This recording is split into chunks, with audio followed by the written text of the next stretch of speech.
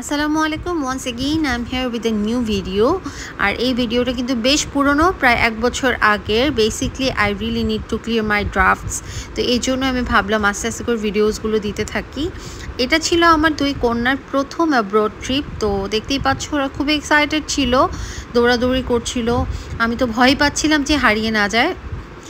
আমাকে এত what time দিচ্ছিল ওরা, আমি ভাবলাম যে ওরা হয়তো ফ্লাইট অনবোর্ড হলে কিছুটা ঠান্ডা হয়ে বসবে, বাট আমাকে সম্পূর্ণরূপে ভুল প্রমাণিত করে দিয়ে ওরা এন্টায়ার ফ্লাইটেও বেশ দুষ্টুমি করছিল।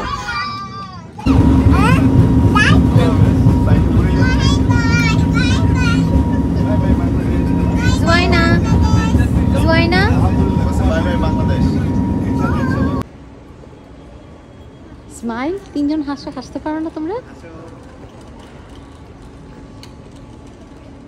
এখানে মালয়েশিয়ান এয়ারপোর্টে ল্যান্ড করার পরে ওরা দুজন এতই টায়ার্ড ছিল, কারণ ওরা সারা রাত ফ্লাইটে দুষ্টুমি করেছে, এর জন্য ওদের বাবার লাগেজ ট্রলিতে উঠে বসেছিল। এটা হচ্ছে মালয়েশিয়ার মর্নিং ভিউ। সম্ভবত ভিডিওসগুলো এত পুরনো আমার না সত্যিই মনে নেই কোনটা কখনকার ছিল।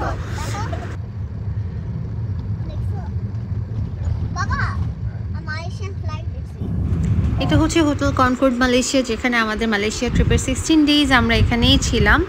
এটা বেশ সুন্দর একটা হোটেল, যদিও আমরা মালয়েশিয়াতে যাওয়ার পর প্রথমে অন্য একটা হোটেলে উঠেছিলাম, তো পরে অর্গানাইজাররা আমাদের আবার এই হোটেলে শিফট করেন। এটা হচ্ছে রুম ট্যুর। আমি সাধারণত রুম ট্যুর করি না, সেদিন কেন যেন ভিডিও করে রেখেছিলাম, তো আমি ভাবলাম যে এটাও অ্যাড করে দিই। ইদানিং দেখি যে সব ব্লগাররাই হচ্ছে রুম ট্যুর দিয়ে দেয়, এই জন্য আমিও ভাবলাম আছে যেহেতু দিয়েই দেই। আমাদের রুমটা কিন্তু ছিল টুইন টাওয়ার ভিউ, তো এখান থেকে টুইন টাওয়ারটা বেশ দূরে দেখা যাচ্ছে, কিন্তু দেখা যাচ্ছে। এর আগেরবার আমরা যখন মালয়েশিয়া ট্রিপে গিয়েছিলাম, আমাদের রুম থেকে টুইন টাওয়ারটা দেখলে মনে হতো যে হাত বাড়ালেই ছোঁয়া যাচ্ছে। To be honest, that was so far my best hotel stay ever. But তারপরে এই হোটেলটাও বেশ ভালোই ছিল and services was quite good.